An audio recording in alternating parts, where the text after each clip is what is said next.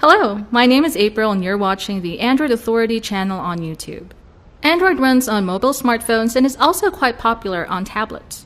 You've heard it power netbooks, media players, smart TVs, and watches too. Today, we're going to see this mobile OS in action, powering another common electronic device, the point-and-shoot camera, specifically the Samsung Galaxy Camera EKGC100. At the outset, this is a camera that you can play Angry Birds on. It is a camera that you can use to post to Facebook, Twitter, or Instagram. Not many point-and-shoot cameras allow you to do those. It is practically a thick Samsung Android smartphone with a 16-megapixel camera, but without the ability for phone calls. The camera is portable enough, but it's not something you'd like to bulge out of your pocket.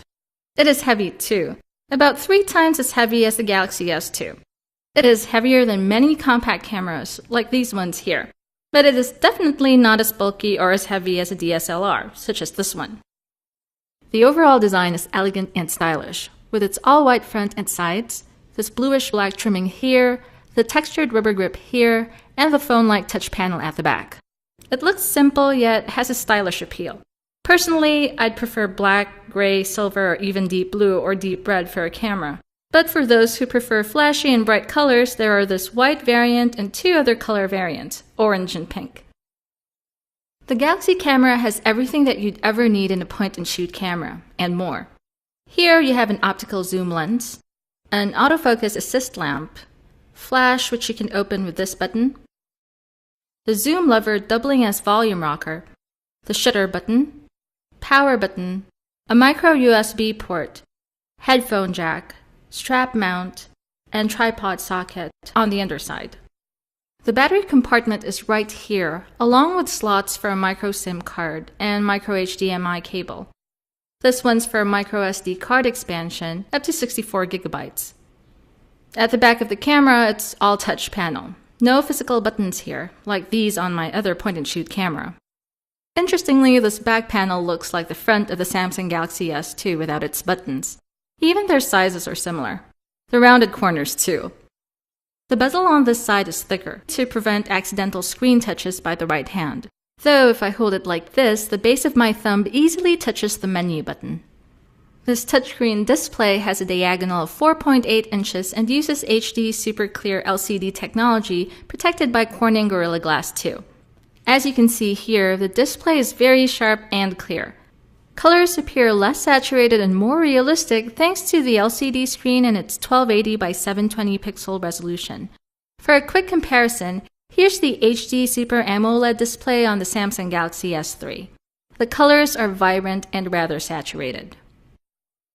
It would be awesome to play HD games on a display this nice. Can you? Yes, you can.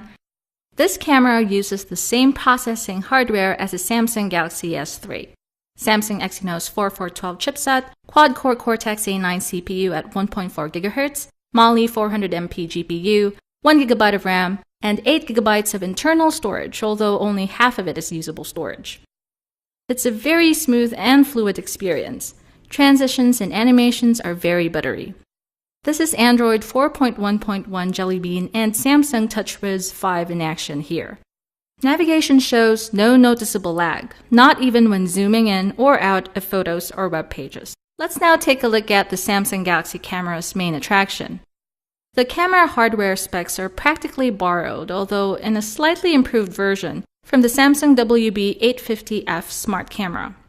Both cameras have 16 megapixels of effective pixels, 1 over 2.3 inches backside illuminated CMOS sensor, optical zooming capacity up to 21 times, maximum of 3200 ISO sensitivity, 1080p Full HD resolution video recording, maximum shutter speed of 1 over 2000, and nearly the same focal length.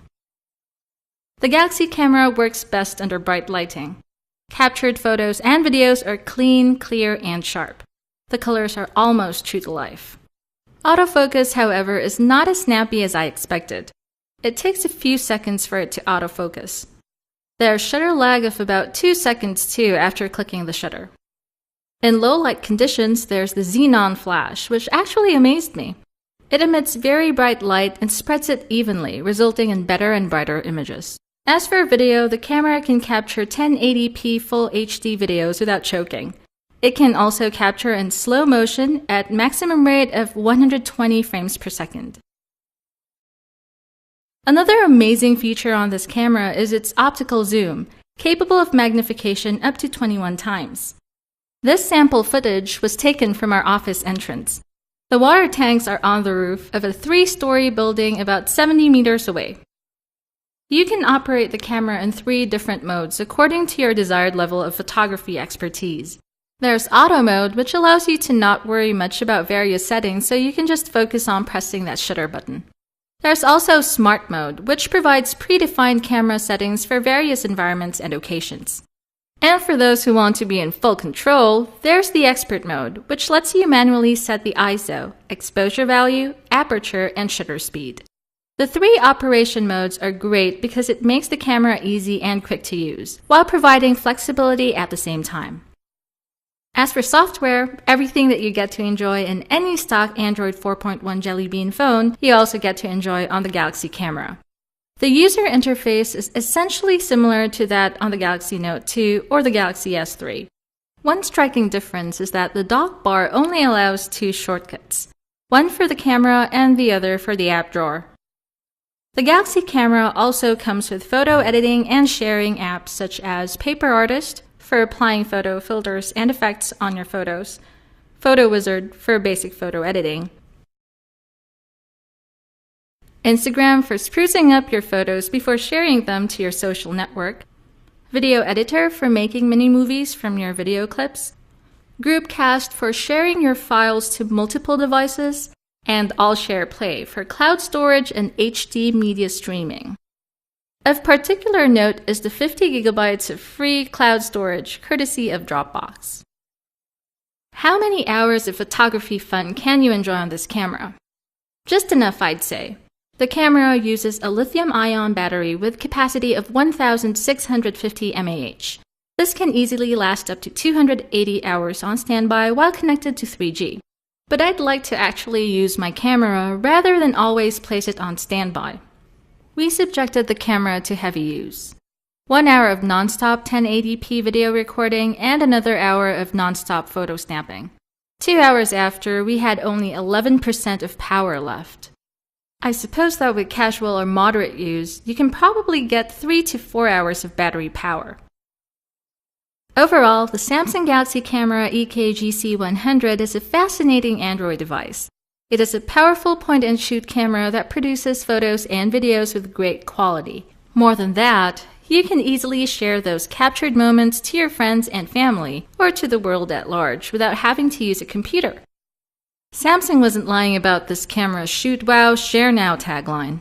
Its price tag of about $650 also made me go wow. But if that price range doesn't make you blink, I highly recommend this camera. What do you think of Samsung's newest camera? Share your thoughts in the comments. Find out more about this camera on the Android Authority website. Also remember to subscribe to our YouTube channel. This is April from Android Authority. Thanks again for watching. May the light side of the Android force be with you.